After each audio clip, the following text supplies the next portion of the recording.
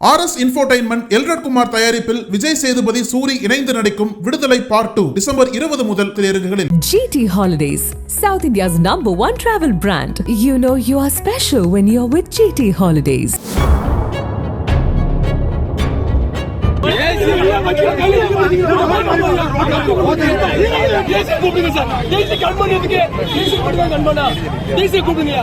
திருநெல்வேலி மாவட்டம் பாளையங்கோட்டை கீழநத்தம் பகுதியைச் சேர்ந்தவர் மாயாண்டி. இவரை அந்த ஊர் பகுதியைச் சேர்ந்தவர்கள் பல்லு மாயாண்டி எனவும் அழைக்கின்றனர். இவருக்கு 28 வயதாகிறது. இவரது தந்தை பந்தல் கட்டும் தொழில் செய்து வருகிறார். மாயாண்டி தனது தந்தைக்கு உதவி செய்து வந்ததோடு கூலி வேலைக்கும் சென்று வந்துள்ளார். மாயாண்டி மீது கொலை முயற்சி, திருட்டு உள்ளிட்ட பல்வேறு வழக்குகள் நிலுவையில் உள்ளன. இந்த நிலையில்தான் ஜாமீனில் வெளிவந்த மாயாண்டி வழக்கு ஒன்றில் ஆஜராவதற்காக நெல்லை மாவட்ட நீதிமன்றத்திற்கு தனது இருசக்கர வாகனத்தில் வந்துள்ளார். அப்போதுதான் மாயாண்டி படுகொலை செய்யப்பட்டுள்ளார்.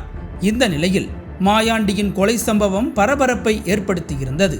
தகவல் அறிந்து அங்கு வந்த காவல் உதவி ஆய்வாளர் உடனடியாக கொலையாளிகளை நோக்கி ஓடிச் சென்றதில் சுந்தரலிங்கம் என்ற ஒரு இளைஞர் மட்டும் சிக்கினார். இதையடுத்து அவரிடம் நடத்திய விசாரணையில் அதிரடி தகவல்கள் வெளியாகின. திருநெல்வேலி மாவட்டம் கீழநத்தம் நடுவக்குறிச்சியைச் சேர்ந்த பஞ்சாயத்து கவுன்சிலர் ராஜாமணி என்பவர் கடந்த ஆண்டு ஆகஸ்ட் மாதம் 13ஆம் தேதி கொலை செய்யப்பட்டார். இந்த கொலையின் பின்னணியில் சாதிய மோதல் இருப்பதாக அப்போதே பேசப்பட்டது.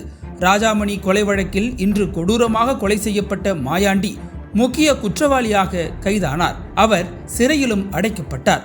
ராஜாமணியின் கொலைக்கு பழிக்கு பழியாக மாயாண்டி கொலை செய்யப்பட்டிருப்பது தற்போது தெரிய வந்துள்ளது. மாயாண்டியின் கொலை வழக்கில் ஏற்கனவே ஒருவர் கைது செய்யப்பட்ட நிலையில் மனோ தங்கராஜ், தங்க மகேஷ், சிவா ஆகிய 3 பேர் நெல்லை தாலுகா போலீஸ் ஸ்டேஷனில் சரணடைந்துள்ளனர். இதன் மூலம் கொலை சம்பவத்தில் ஈடுபட்ட 4 பேரும் கைது செய்யப்பட்டிருப்பது குறிப்பிடத்தக்கது. முன்னதாக சென்னை நீதிமன்றம் இந்த கொலை சம்பவத்தை கேள்விப்பட்டு தாமாக முன்வந்து இந்த வழக்கை விசாரணைக்கு எடுத்துக்கொண்டது. அப்போது நீதிபதிகள் காவல்துறைக்கு பல்வேறு கேள்விகளை முன்வைத்தனர். நீதிமன்ற வளாகத்தில் இதுபோன்ற ஒரு கொலை சம்பவம் நடைபெற்றுள்ளது. அருகிலேயே 25க்கும் மேற்பட்ட காவல்துறையினர் இருந்துள்ளீர்கள். ஆனால் ஏன் தடுக்கவில்லை? ஒரு குற்றம் நடைபெறும் போது அதை தடுக்க முயல வேண்டுமே தவிர குற்றம் நடந்த பிறகு குற்றவாளிகளை தேடுகிறோம் என சொல்வதில் என்ன நியாயம் உள்ளது என்றனர். அப்பொழுது அரசு தரப்பு வழக்கறிஞர் இந்த கொலை சம்பவத்தில் ஒருவர் கைது செய்யப்பட்டுள்ளதாகவும் மற்றவர்களை தேடி வருவதாகவும் தெரிவித்தார். அதற்கு நீதிபதிகள் கூறுகையில், சம்பவ இடத்தில் இருந்த காவல்துறையினர் குற்றவாளிகள் தப்பி ஓடாமல் அவர்களை முட்டுக்கு கீழே காலில் சுட்டு பிடித்திருக்கலாம். இல்லையென்றால் அவர்கள் தப்பிச் செல்ல முயன்ற வாகனத்தின் டயர்களை சுட்டு நிறுத்தி இருக்கலாம். அப்படி செய்திருந்தால் சம்பவ இடத்திலேயே குற்றவாளிகளை அங்கேயே கைது செய்திருக்கலாம். தமிழகம் முழுவதும் மாவட்ட நீதிமன்றங்கள் அனைத்திலும் காவல்துறையினர் பாதுகாப்பு வழங்க வேண்டும் என நீதிமன்றம் ஏற்கனவே உத்தரவிட்டுள்ளது. அது கடைபிடிக்கப்பட வேண்டும்.